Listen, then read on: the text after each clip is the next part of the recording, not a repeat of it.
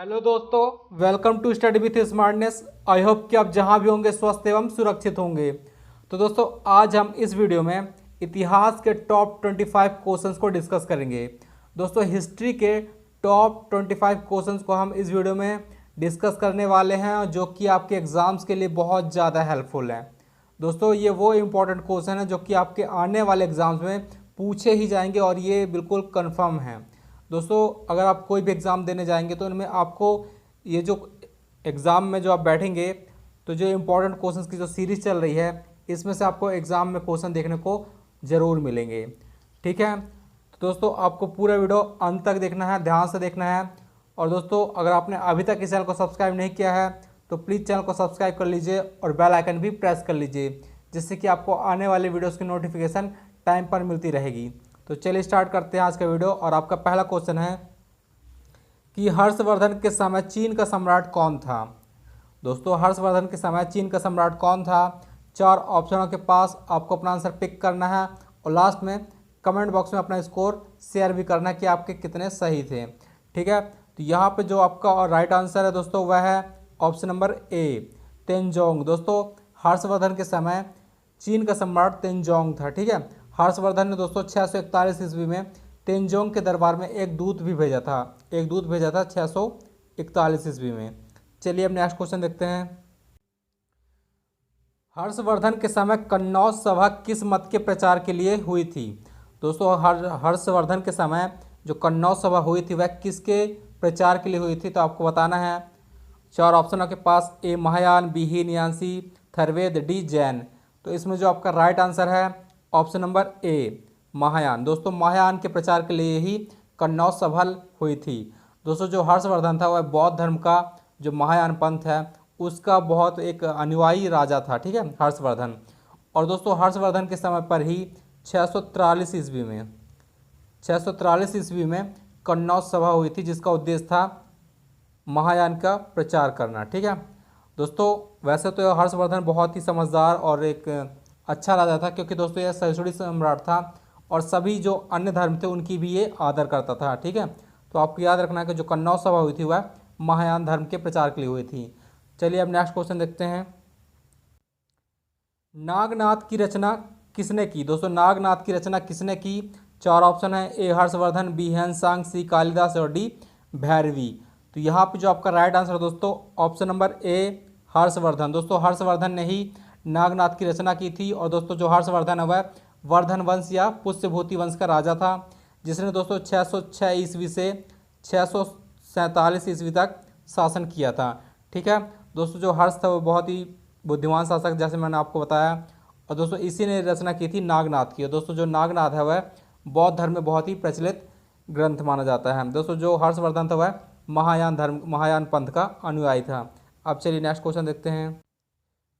अहोल अभिलेख किसने लिखा था? दोस्तों, अहोल अभिलेख किसने लिखा? तो ऑप्शन है रवि कीर्ति, बी फायान, सी ह्वेन-सांग और डी हरिसेन।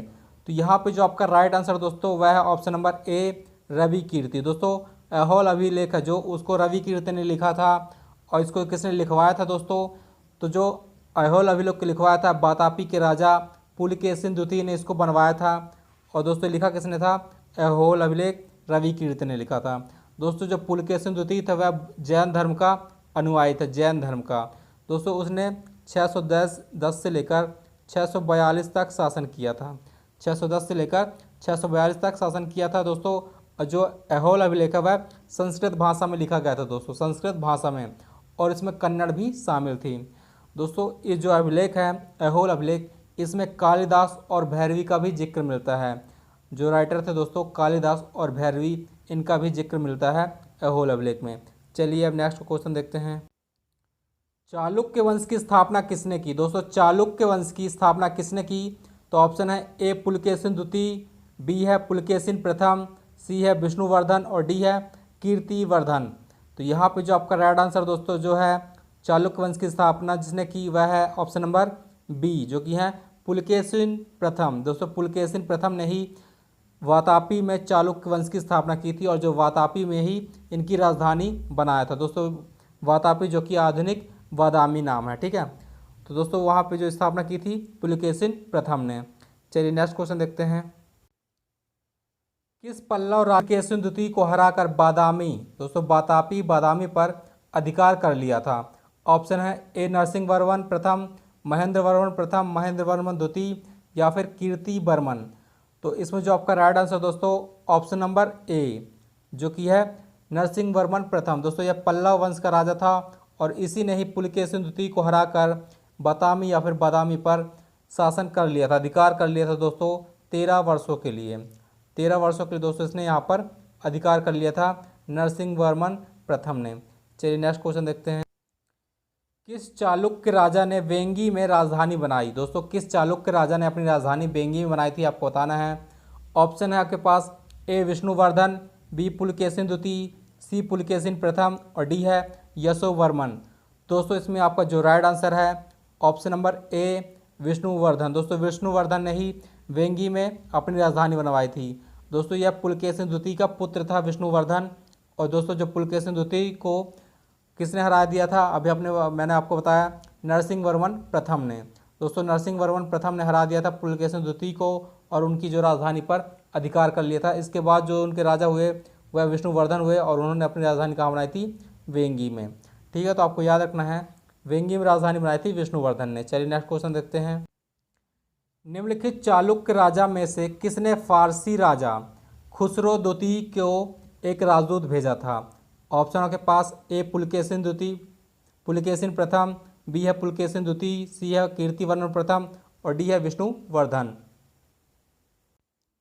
तो यहाँ आपका राइट आंसर है ऑप्शन नंबर बी पुलकेशिन द्वितीय। दोस्तों पुलकेशिन द्वितीय ने ही फारसी राजा खुसरो द्वितीय को एक राजदूत भेजा था और दोस्तों बदले में जो खुसरो द्वितीय थे जो फारसी राजा, उसने भी एक राजदूत भेजा था पुलकेशिन द्वितीय के दरबार में। ठीक है, चलिए नेक्स्ट क्वेश्चन देखते हैं। बादामी के चालुक्यों का राजकाल क्या था? दोस्तों बादामी के चालुक्यों का राजकाल क्या था? ऑप्शन है 500 से 550 ईस्वी, 550 से 650 ईस्वी या फिर 543 से 757 ईस्वी और डी है 545 से 700 ईस्वी। तो यहाँ पे जो आपका राइट आंसर दोस्तों ऑप्शन नंबर सी है 543 से 757 ईस्वी। दोस्तों जो चालुक्य थे इनकी राजधानी बादामी थी और यह कर्नाटक वाले क्षेत्र पर शासन करते थे। ठीक है, आपको याद रखना है कर्नाटक वाले राज्य में राज करते थे। चलिए नेक्स्ट क्वेश्चन देखते हैं आप। महाबलीपुरम के शोर मंदिर का निर्माण किसने करवाया था? दोस्तों महाबलीपुरम के शोर मंदिर का निर्माण किसने कराया? ऑप्शन है नरसिंह वर्मन द्वितीय, नंदी वर्मन द्वितीय, अपराजिता या फिर महेंद्र वर्मन प्रथम। तो यहाँ पर जो आपका राइट आंसर है option number A Narasimha Varman द्वितीय। दोस्तों नरसिंह वर्मन द्वितीय ने ही महाबली के शोर मंदिर का निर्माण करवाया था और नरसिंह वर्मन द्वितीय ने ही दोस्तों चालुक्य वंश के जो पुलकेशिन द्वितीय थे उनको हराया था। ठीक है, तो आपको याद रखना है। और दोस्तों यह पल्लव वंश का राजा था नरसिंह वर्मन द्वितीय। चलिए नेक्स्ट क्वेश्चन देखते हैं। कांची का प्रसिद्ध बैकुंठ पेरुमल मंदिर किसने बनवाया? ऑप्शन के पास ए नंदी वर्मन द्वितीय, बी अपराजिता, सी महेंद्र वर्मन द्वितीय और डी है विक्रमादित्य द्वितीय। तो यहाँ पे जो आपका राइट आंसर है option number C Mahendra Varman द्वितीय। दोस्तों कांची का प्रसिद्ध वैकुंठ पेरुमल मंदिर को निर्माण करवाया था महेंद्र वर्मन द्वितीय ने करवाया था। दोस्तों आपको याद रखना है। और यह जो मंदिर है भगवान विष्णु को समर्पित है। दोस्तों इस मंदिर में 1000 स्तंभों पर टिका हुआ एक हॉल है, 1000 स्तंभों पर टिका हुआ एक हॉल है। तो आपको याद रखना है। और यह मंदिर भगवान विष्णु को समर्पित है जिसका निर्माण करवाया था महेंद्र वर्मन द्वितीय ने। चलिए नेक्स्ट क्वेश्चन देखते हैं। किराता अर्जुनी, दोस्तों किराता अर्जुनी की रचना किसने की? तो ऑप्शनों के पास ए भैरवी, बी कालिदास, सी कल्हड़ और डी बराह मिहिर।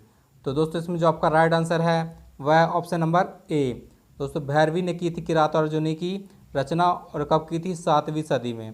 दोस्तों 7वीं सदी में की थी भैरवी ने रचना किराता अर्जुनी की। चलिए नेक्स्ट क्वेश्चन देखते हैं। दोस्तों अगर आपको वीडियो अच्छा लग रहा है तो प्लीज़ चैनल को लाइक एंड सब्सक्राइब करना ना भूलिएगा। ठीक है, चलिए नेक्स्ट क्वेश्चन देखते हैं। दक्ष कुमार चरितम की रचना किसने की? दोस्तों दक्ष कुमार चरितम की रचना किसने की? ऑप्शन है ए दंडिन, बी भैरवी, सी कालिदास और डी इनमें से कोई नहीं। तो दोस्तों इसमें जो आपका राइट आंसर है ऑप्शन नंबर ए दंडिन। दोस्तों दक्ष कुमार चरितम की रचना दंडिन ने की थी। चलिए अब नेक्स्ट क्वेश्चन देखते हैं। निम्नलिखित पल्लव राजा में से किसने प्रसिद्ध नाटक मत्स्य विलास प्रहसन लिखा था। दोस्तों प्रसिद्ध नाटक जो मत्स्य विलास प्रहसन, इसको किसने लिखा था आपको बताना है।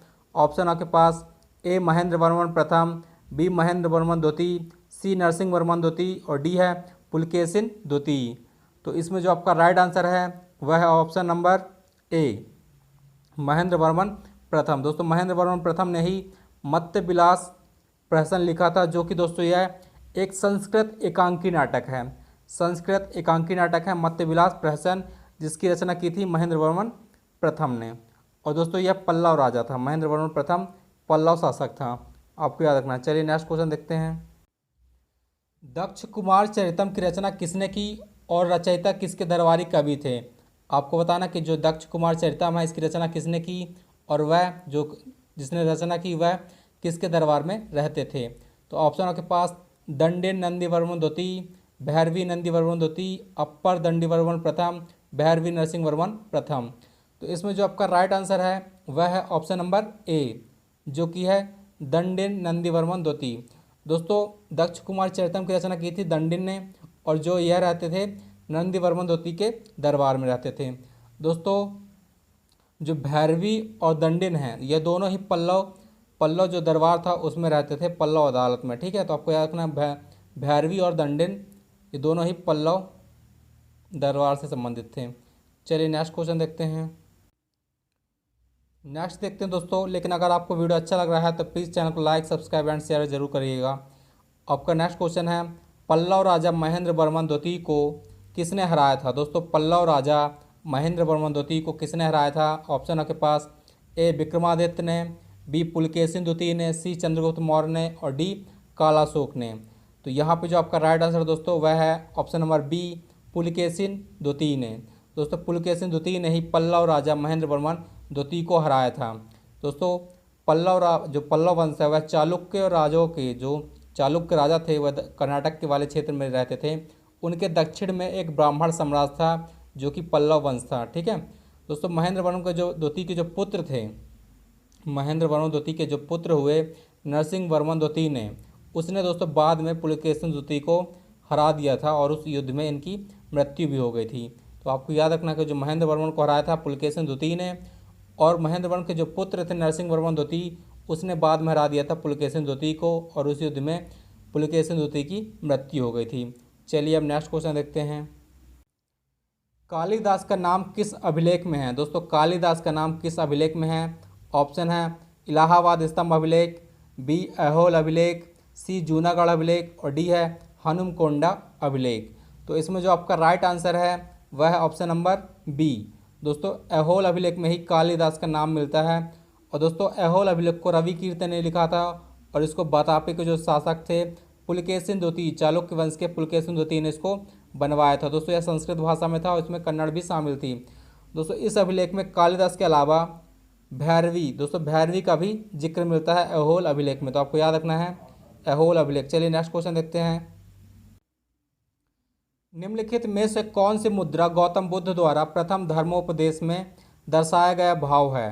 तो दोस्तों ऑप्शनों के पास ए अभय मुद्रा, बी त्याग मुद्रा, सी ध्यान मुद्रा और डी है धर्मचक्र मुद्रा। तो इसमें जो आपका राइट आंसर है ऑप्शन नंबर डी धर्मचक्र मुद्रा।